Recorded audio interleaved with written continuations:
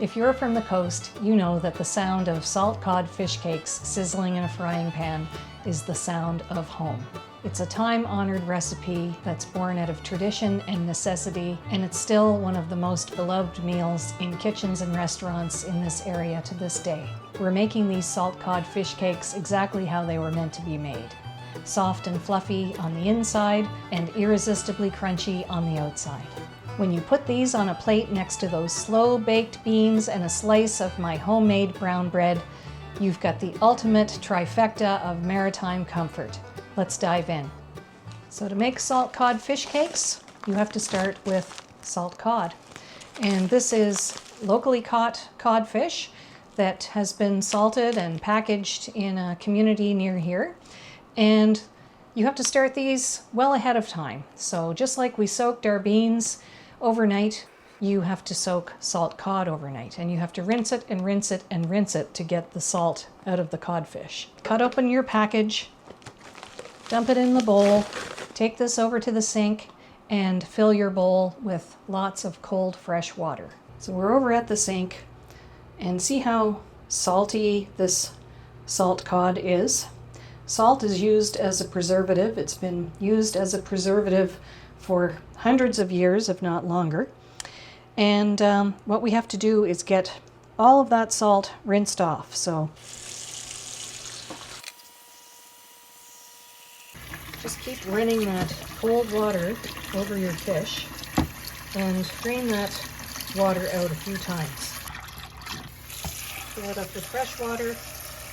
We're going to do this 2 or 3 times, and then we're going to soak this fish overnight in the fridge for at least 8 to 10, maybe 12 to 14 hours. And the longer it soaks, the better it is, because that will get a lot of that salt out. Now I'm going to fill this up with cold water. I'm going to stash this bowl in my fridge, and before I go to bed, I'm going to dump out this water, put in fresh new water, put this bowl back in the fridge, and we'll do that again in the morning. While we soak our cod, I thought I'd just show you the difference in packaging. So these days, salt cod comes packaged in a little plastic bag, and it's in the freezer section of the grocery store. And years ago, salt cod, when you bought it, used to come in a cute little box. Some people liked to keep these little boxes. The top slid off. There was a whole industry in Nova Scotia and Newfoundland and New Brunswick, PEI, making these little wooden boxes. And sadly, I don't think any salt cod is sold in these now, but if you know of any companies still selling them in these boxes, leave me a note in the comments. But anyway, I still have one. Some people use these for little trinkets. I've just got it here as a decoration in my kitchen because I think it's cool. And this came from Pobnico, and that's just down the shore from where I live, a wonderful fishing community in Nova Scotia. Anyway, your little bit of fishing community trivia for today. Our dried salt cod has been soaking overnight in the fridge, and before I went to bed, I drained this off again, filled it with more cold water, stuck it back in the fridge. When I got up this morning, I drained it off again, put more cold water, and put it back in the fridge again. So this has been soaking for about 14 hours. And the fish is not much to look at right now. And in fact, it's not very appetizing to look at. It's basically what you would expect of rehydrated dried fish. But I promise you, this is going to turn into something that is an East Coast specialty. So first thing we have to do is get the rest of our ingredients going. I have peeled 4 large potatoes and cut them into chunks, and I just have them here in a measuring cup. And if you're wondering, you know, how much potato is 4 potatoes, well, this is about 4 cups. Now, salt cod fish cakes are in many ways a personal preference. Some people don't like them so potato-y, and you can cut back on one of the potatoes if you don't like too many potatoes in your fish cakes. But I think this is a good ratio, 1 pound of dried salt cod to 4 cups of chunked up potatoes. I've also peeled and chopped an onion, and I have some spices, some herbs measured out, and I'll show you what they are in a minute. But first thing we have to do is get a pot of water on the boil and cook these potatoes. I've filled a large pot with cold water, and I've put my potatoes in the pot, and I've turned the heat on to high. We're going to boil these potatoes just until they're fork tender, and that'll take about 10 to 12 minutes.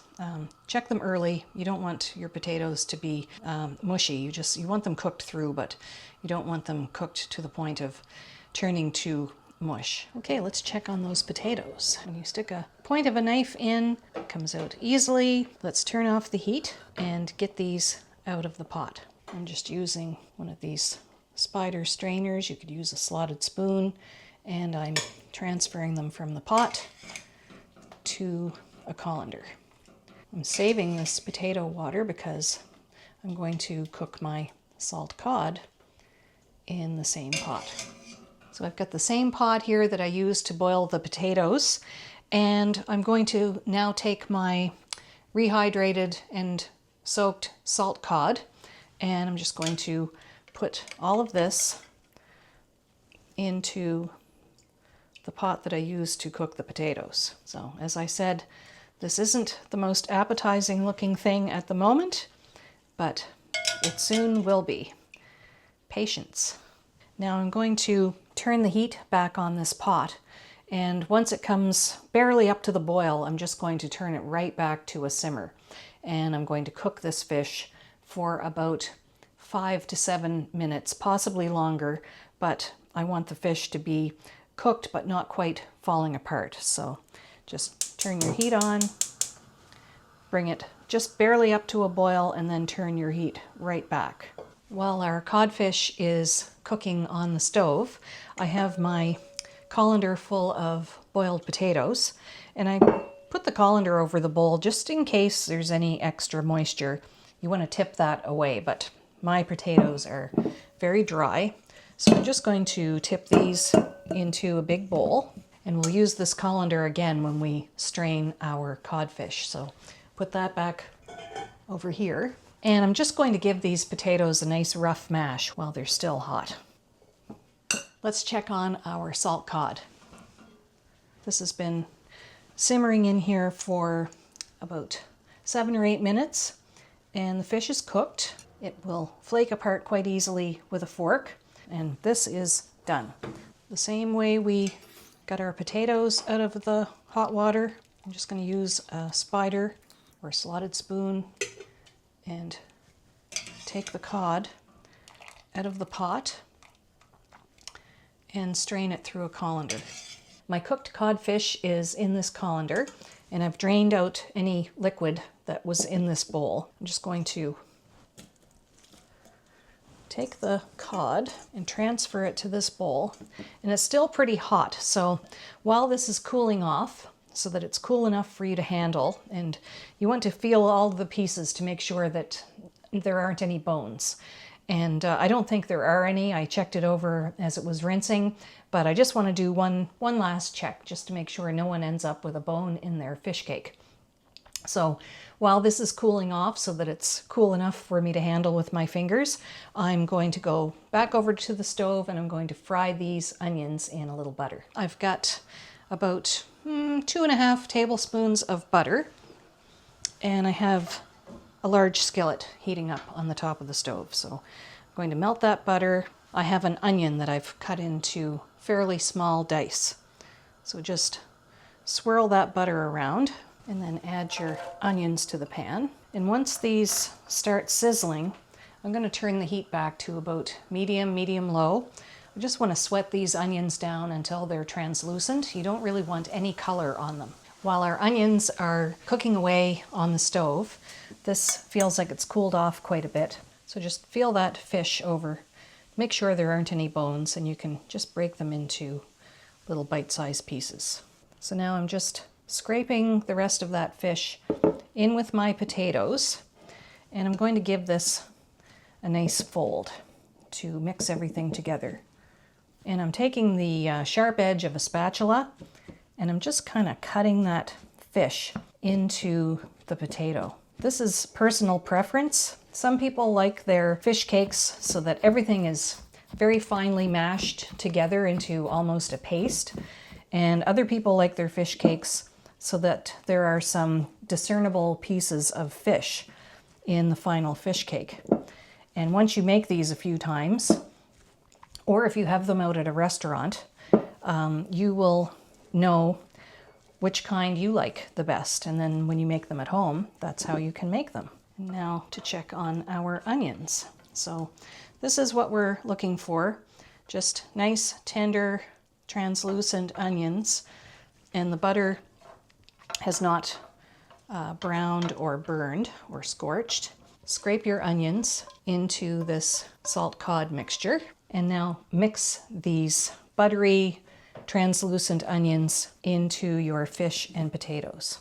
And we need a few more flavors in here. So traditional salt cod fish cakes on the east coast of Canada usually have an herb that's common to this region called summer savory. So I have 1 teaspoon of summer savory, and I understand that that's not necessarily available everywhere.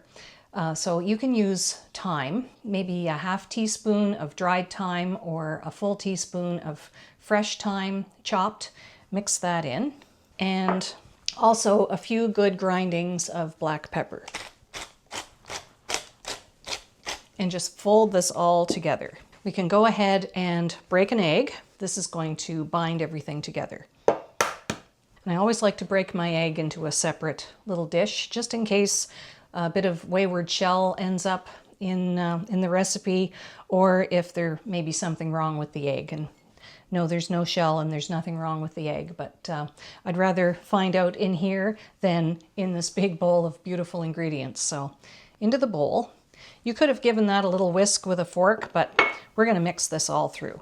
So now just mix that egg completely through your fish cake mixture. Now we're ready to shape our fish cakes into fish cakes. So take off your rings, get yourself a nice large baking sheet, and I like to line mine with parchment paper. We're going to make 12 fish cakes. So I like to flatten this mixture out in my bowl and divide it into 4, just with the tip of my spatula. And then each fourth, I'm going to try and get 3 fish cakes from. So I have 4 quadrants, and I'm going to make 3 fish cakes out of each quadrant. And that gets you fairly evenly sized fish cakes. I just grabbed myself a bowl of cold water. It helps to have wet hands for this. So I'm just going to rub a little cold water on my hands, and I'm going to take a spoon and make my first fish cake. So just very lightly pat that into a nice disc shape, and the thickness depends entirely on you. The first of 12.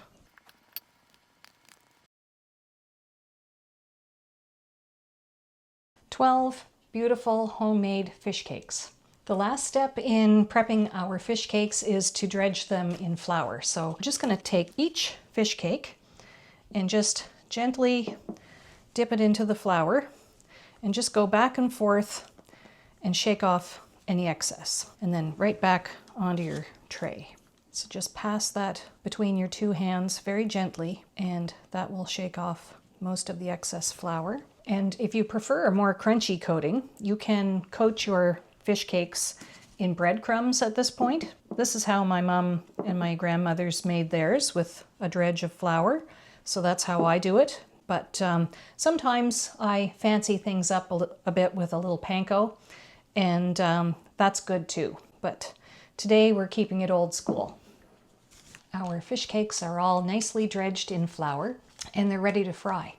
Now at this point you can put these in the fridge, just cover them loosely with plastic wrap, and they will be just fine, and they will be ready for you to cook them when you're ready. And at long last, we're ready to fry up our fish cakes. So I have the same pan that I used to fry up the onions. I'm just going to turn that to about medium high, and I'm just going to swirl some olive oil around in the pan. You can use any oil really, vegetable oil, canola oil, whatever you have on hand. And then just for flavor, I've got about a tablespoon and a half of butter. So once that's all nice and bubbly and hot, now you can take your fish cakes and just gently place them in the hot oil and butter. Give them lots of room so that they get crispy. And don't move them at this point. I'm not using a non-stick pan. This is just a regular stainless steel pan. If you try to move them right now, you might interrupt the formation of that beautiful crispy crust.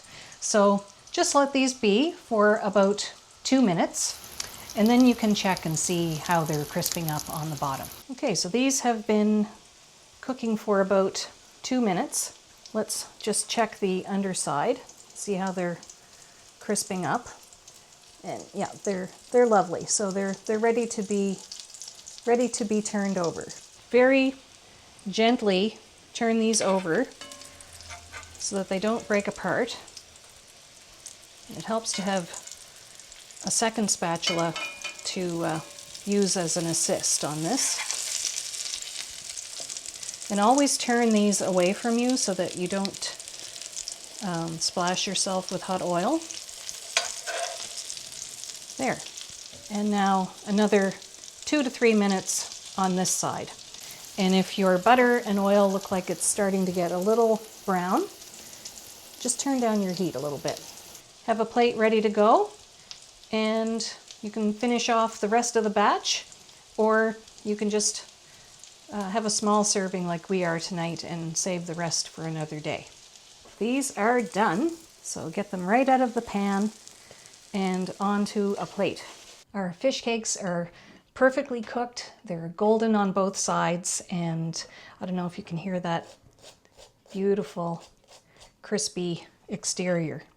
So I just made 4 from that batch for us for tonight, and I'm going to serve them with our beautiful molasses baked beans and a slice of brown bread. This is a hearty East Coast meal for a chilly day. And I should add that if you are making the whole batch of 12 and you want to keep these warm while you carry on with the rest of the batch, just set your oven to a very low temperature, and as you fry these, just take them out of the pan, put them right on a baking sheet, and keep them warm in the oven. They'll stay nice and crispy that way until you've finished cooking the whole batch. And if it helps, sometimes I will have 2 skillets going at the same time, so I can make short work of that, and everything is coming out of the pan fairly quickly. Let's give these a try. Which one looks good? I think the one closest to me looks good. Just have a little sneaky taste of this before we dive into the rest of these for our dinner tonight. They're very, very warm.